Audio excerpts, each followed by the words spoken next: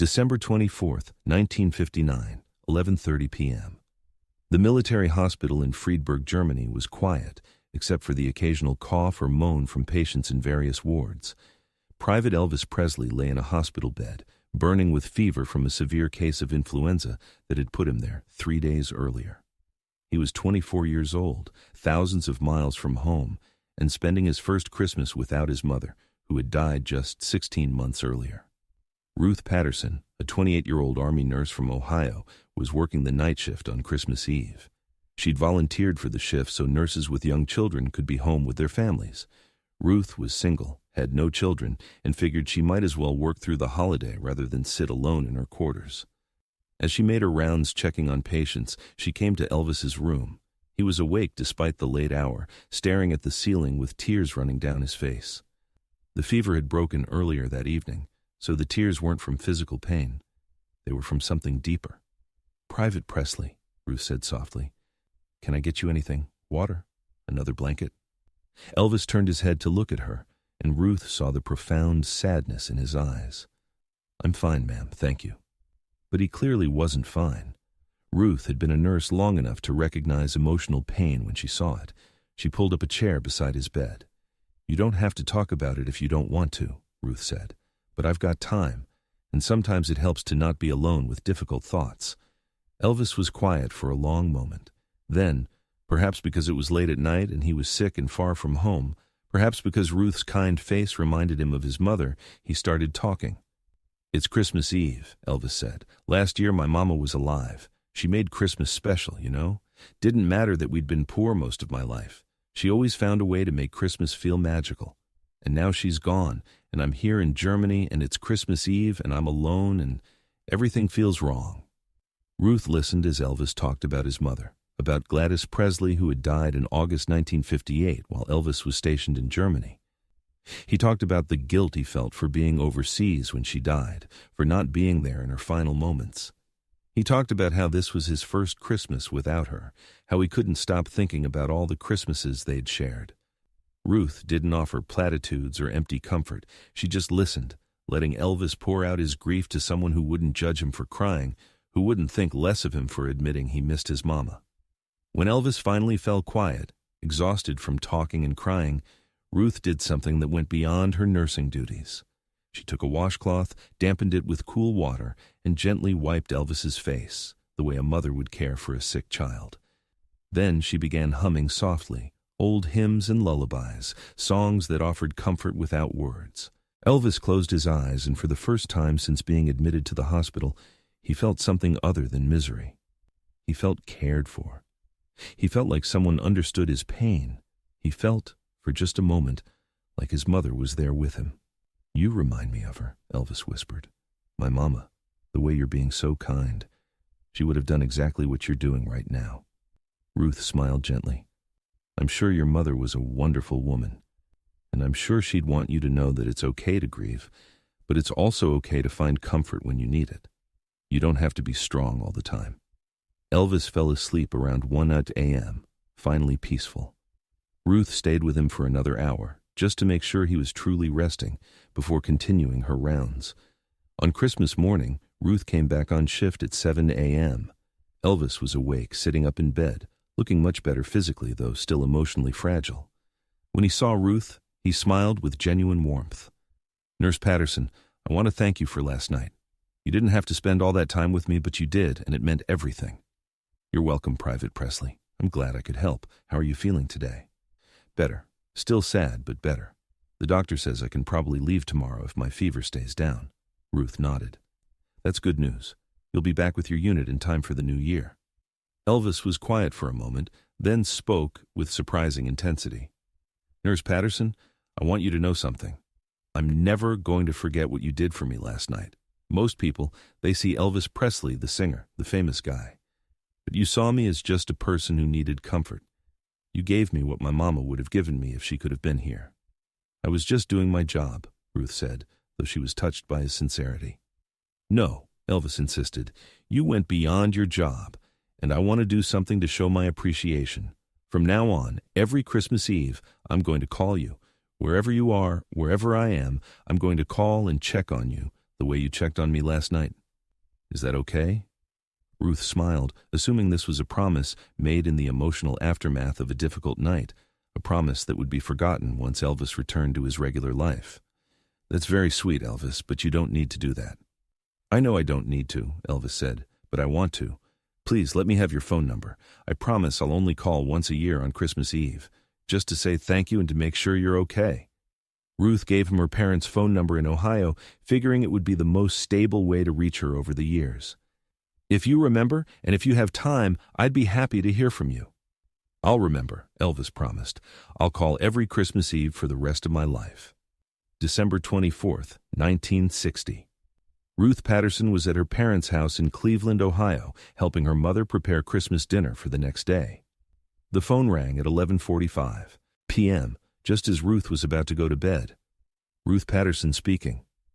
"Nurse Patterson, it's Elvis Presley. I promised I'd call." Ruth was stunned.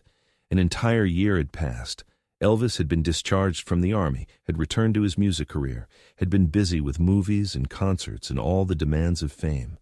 She'd assumed he would have forgotten about the promise he'd made in a German hospital room. But here he was, calling exactly as he'd said he would. They talked for 30 minutes that first year. Elvis asked about Ruth's life, her nursing career, her family. He told her about readjusting to civilian life, about how strange it felt to be famous again after 2 years as just another soldier. He thanked her again for being kind to him on the worst Christmas Eve of his life. "I meant what I said," Elvis told her. "I'll call every year. You can count on it." And he did. December 24th, 1961. December 24th, 1962. December 24th, 1963. Every single year, usually late at night when Elvis was between Christmas Eve performances or Christmas celebrations, he would call Ruth Patterson and talk for anywhere from 15 minutes to an hour. The calls became a tradition, something both of them looked forward to. Ruth would tell Elvis about her nursing work, her patients, her life. Elvis would share stories about his career, his struggles, his successes. But mostly, they would just talk like old friends, maintaining a connection that had been forged in a hospital room on a lonely Christmas Eve. As the years passed, the Christmas Eve calls evolved. In the early years, they were light and cheerful, catching up on the year's events. But as Elvis's life became more complicated, his marriage to Priscilla, his frustration with his movie career, his prescription drug problems, the calls became more honest, more vulnerable. "You remind me of that night in Germany," Elvis told Ruth during the 1968 call. "That was the last time I felt like I could be completely honest about how I was feeling without being judged. You're still that person for me. Once a year, I get to talk to someone who knew me before I became this thing that everyone wants a piece of." Ruth had gotten married in 1965 to a fellow nurse named Robert. She'd had 2 children. She'd built a full life. But every Christmas Eve, she made sure she was available when Elvis called. Her husband understood that this was important to her, this connection to a patient she'd helped during his darkest moment. "How's Priscilla?" Ruth asked during the 1971 call, knowing that Elvis's marriage was struggling. "Not good," Elvis admitted. "We're probably going to separate. I know I'm the problem. I'm on the road too much. I'm taking too many pills. I'm not the husband she deserves. But I don't know how to fix it." "Have you talked to her about this?" Ruth asked gently. "I don't know how to talk about it without making it worse." Ruth, in her kind but direct nursing way, said what needed to be said. "Elvis, you're talking to me about it right now. You found the words. You need to find them with her too before it's too late." Elvis was quiet for a long moment. "You sound like my mama. She would have said the same thing." "Then maybe you should listen." The calls continued, even as Elvis's health declined.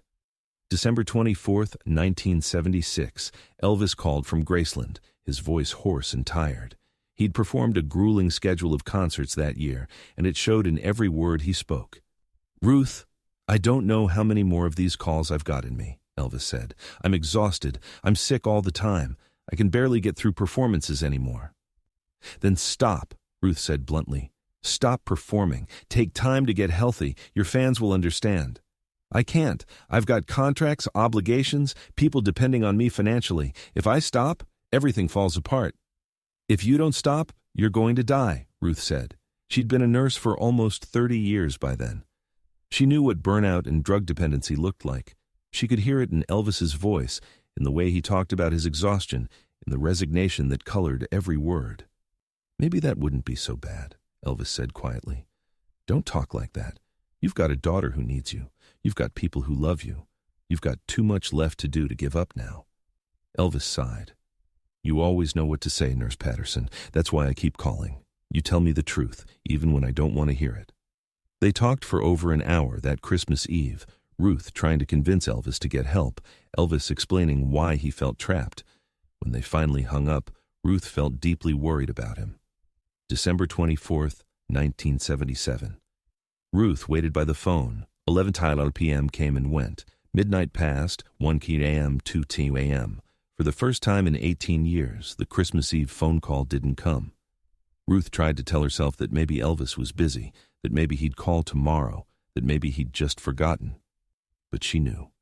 Something was wrong. Elvis had never missed a year, not through marriages and divorces, not through movie shoots and concert tours, not through anything. He'd always called. On August 16, 1977, 7 months and 3 weeks after that silent Christmas Eve, Elvis Presley died at Graceland. He was 42 years old. When Ruth heard the news, she understood why the Christmas call hadn't come. Elvis had been too sick, too close to the end. He probably knew on that Christmas Eve that he wouldn't make it to another Christmas. Maybe he couldn't bear to say goodbye. Maybe he didn't have the strength to make the call. Maybe he'd tried but couldn't manage it. Ruth attended Elvis's funeral, traveling from Ohio to Memphis to pay her respects. She stood in line with thousands of other mourners, finally getting her chance to say goodbye to the soldier she'd comforted on a Christmas Eve 18 years earlier. Ruth Patterson lived until 2005, passing away at age 74. In interviews during her later years, she was always asked about Elvis, about those Christmas Eve phone calls that had spanned nearly 2 decades. "People ask me what Elvis was really like," Ruth said in a 2003 interview. "They want to know about the fame and the movies and all of that. But the Elvis I knew was the one who called me every Christmas Eve for 18 years because I was kind to him when he was sick and lonely." That's who he really was. Someone who never forgot a kindness, who kept his promises, who valued genuine human connection more than fame or money. Ruth kept a detailed journal of the Christmas Eve calls, recording dates, lengths of conversations, and brief summaries of what they had discussed. After her death, her family donated the journal to the Elvis Presley Museum at Graceland, where it remains one of the most touching artifacts in the collection. The journal entries show a progression from the cheerful catching up of the early 1960s to the more troubled conversations of the 1970s. But they all end the same way. Elvis called. He remembered. He always remembers. Except for that final entry, December 24th, 1977. "No call. I'm worried about him." The story of the nurse Elvis called every Christmas for 18 years is a testament to Elvis's loyalty, his gratitude, and his need for authentic human connection. Ruth Patterson had given him comfort during one of the darkest moments of his life, and he never forgot it. For 18 years, he honored that gift with a simple phone call, maintaining a connection that reminded him of his mother's love and kept him grounded in his humanity. The calls weren't publicity stunts or grand gestures. They were private, personal, meaningful. They were Elvis being Elvis, not the king of rock and roll, not the movie star, not the Vegas performer, just a man who remembered a kindness and wanted to say thank you once a year, every year, for as long as he lived. When that final Christmas Eve came and the phone didn't ring, Ruth Patterson knew that Elvis Presley, the man who never forgot to call, was either too sick to continue or already gone. 7 months later, her worst fears were confirmed. But for 18 years before that, on every Christmas Eve, Ruth's phone would ring at approximately the same time, and she'd hear the same voice. "Nurse Patterson, it's Elvis. I promised I'd call." And for both of them, that promise kept, that tradition maintained, was a reminder that authentic human connection, the kind forged in moments of vulnerability and kindness, can transcend fame, time, and distance. The nurse Elvis called every Christmas for 18 years never sought fame from that connection. She just cherished it as what it was, a relationship built on compassion, maintained through loyalty and honored until the very end.